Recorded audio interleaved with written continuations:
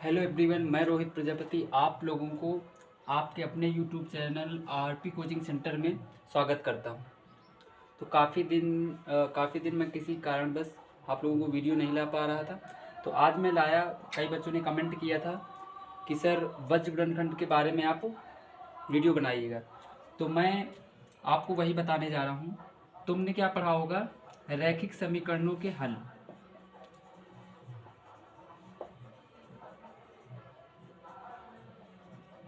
रैखिक समीकरण को हल करने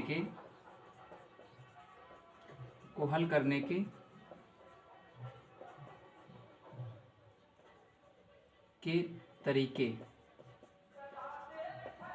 तो उसमें से पहला तरीका होता है हमारा प्रतिस्थापन विधि। दूसरी होती विलोपन विधि। और तीसरी होती है वज्र गुणनखंड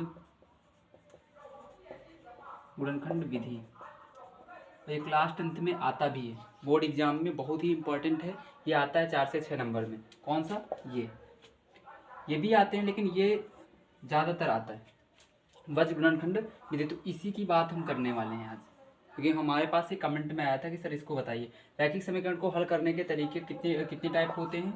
रैखिक समीकरण को हल करने के 2 तरीके होते हैं, प्रतिस्थापन विधि, विलोपन विधि और वज्र गुणनखंड विधि। तो हम बताने वाले हैं आज कौन सा? वज्र गुणनखंड विधि। वज्र गुणनखंड विधि।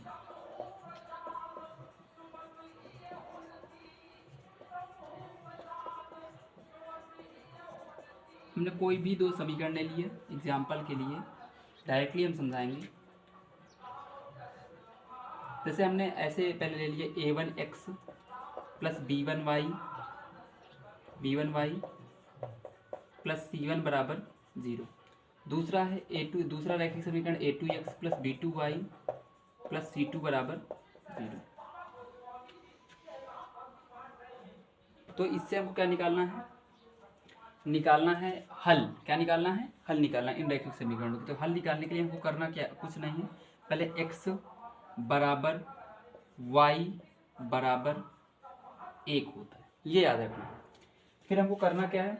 x के बटे लगा देना है सभी के नीचे। बहुत ही आसान तरीका है। सबसे पहले तुम लोग ये कर पाओगे, x बराबर y बराबर अचर पद 1। फिर जब x के नीचे जो संख्या लिखनी होगी तो x वालों को छिपा देना है। x वालों को छिपाएंगे और यहाँ पर y का गुणांक और यहाँ पर अचर पद। तो क्या बना? b1c2। तो इसका गुणा करेंगे। ये हमारा होता है मुख्य विकर्ण b1c2। फिर बीच में होता है साइन माइनस का, इसको छिपाया। b1c2 ये मुख्य विकर्ण है। फिर इसको बीच में चिन्ह होता है माइनस का, याद रखना है।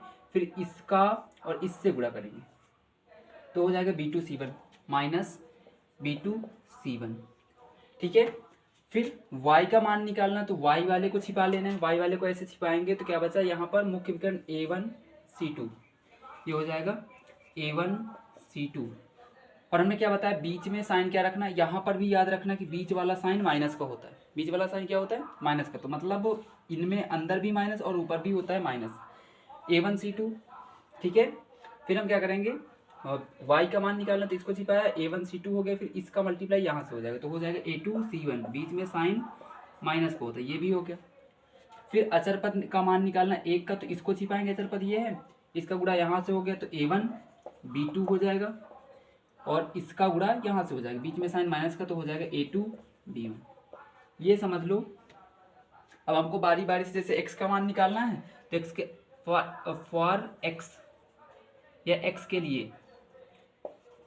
लिए जब x की वैल्यू निकालना होगा तो ये वाला पद और ये वाला पद हमको बराबर करना। तो यहाँ से हो जाएगा x b1c2 माइनस b2c1। ठीक है, बराबर हो जाएगा 1 बटे a1b2 माइनस a2b1। ये डिवाइड में है, कहाँ जाएगा? मल्टीप्लाई में। तो x की वैल्यू आ जाएगी b1c2 माइनस b2c1, और बटे में क्या चल रहा है? a1b2 minus a2b1।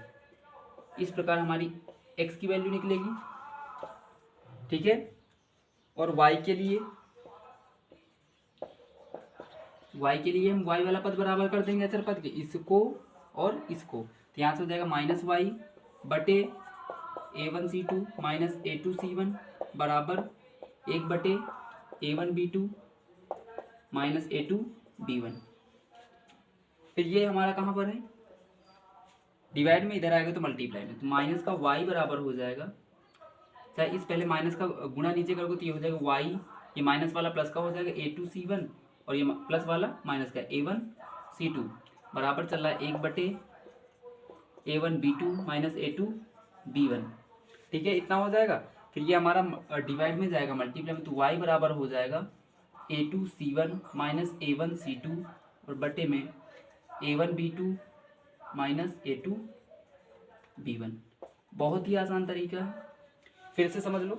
हमारा जैसे कोई रैखिक समीकरण, पहला रैखिक समीकरण है a1x plus b1y plus c1 बराबर 0, दूसरा रैखिक समीकरण a2x plus b2y plus c2 बराबर 0। तो सबसे पहले ये याद रखना है कि सारे पद एक तरफ होने चाहिए, इधर भी पहले वाले रैखिक समीकरण में, दूसरे वाले में।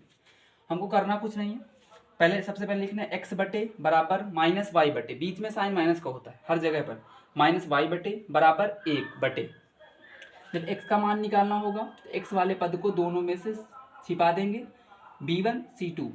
ठीक है, अचर पद में पूरा अचर पद लेंगे, लेकिन यहाँ पर x और y की गुणांक लेते हैं। इसमें b1 c2 बीच में साइन माइनस का होता है, इसका गुणा यहाँ से मुख्य विकर्ण का पहले b1 c2 minus b2 c1, minus यहाँ पर ऑलरेडी रहेगा। फिर y का मान निकालना है तो a1 c2 minus a2 c1, एक का अचर पद का मान निकालना तो इसको छिपाएंगे a1 b2 माइनस a2b1, बार बार से बराबर कर लेना है बारी बारी से। x का मान निकालना हो तो x को अचर पद के बराबर करेंगे, और y का मान निकालना हो तो y को अचर पद के बराबर करेंगे। अब देखो एक एग्जांपल हम ले लेते हैं, बिल्कुल साधारण से एग्जांपल हम ले लेंगे। हमने ले लिया x प्लस 2y माइनस 4, ऐसे ले लो, x प्लस वाई माइनस 4 बराबर 0। दूसरा हमने रैखिक समीकरण ले लिया 2x प्लस 3y प्लस 6 बराबर 0। हम पहले क्या बताए हमने, x बराबर x बटे माइनस वाई बटे 1 बटे, x बटे बराबर माइनस वाई बटे बराबर 1 बटे। x का मान निकालने के लिए x को छिपाएंगे। ठीक है, अचर पद ये 6 का गुणा यहाँ पर इससे करेंगे y वाले गुणांक से, तो y के गुणांक में क्या है 1, 6 का नम 6, बीच में साइन माइनस का होता है। फिर इसको ही छिपा के रखेंगे, ये हो गया मुख्य विकर्ण। फिर इसका गुणा इससे होगा 4 3 12, 4 और 3 का हो जाएगा 4 और 3 का, 4 3 12, और बीच में साइन होता है माइनस का, और ये माइनस इसको क्या करेगा प्लस। y का मान निकालना, y को छिपा दिया, x के गुणांक में 1 है, यहाँ पर 6, 6 का नम 6। फिर यहाँ पर छिपाया हुआ है, इस 2 का गुणा यहाँ पर होगा, इस 2 का गुणा कहाँ करेंगे, इस 4 से, 2 चौको 8, और बीच में साइन होता है माइनस का, तो ये माइनस इसको क्या कर देगा प्लस 8। फिर अचर पद को छिपाएंगे, इसको छिपा लिए तो इसका गुणा यहाँ से होगा 3 1 नम, यहाँ पर 3 है और ये 1, यहाँ पर 1 छिपा हुआ, 3 1 नम 3। फिर बीच में साइन माइनस का होता है, यहाँ पर इसको छिपाया था, इसका गुणा यहाँ से हो जाएगा 2 1 नम 2, इतना हो गया। 12 में 6 जोड़ोगे 18, माइनस का y, और 8 में 6 जोड़ोगे 14, 3 में 2 घटाया 1।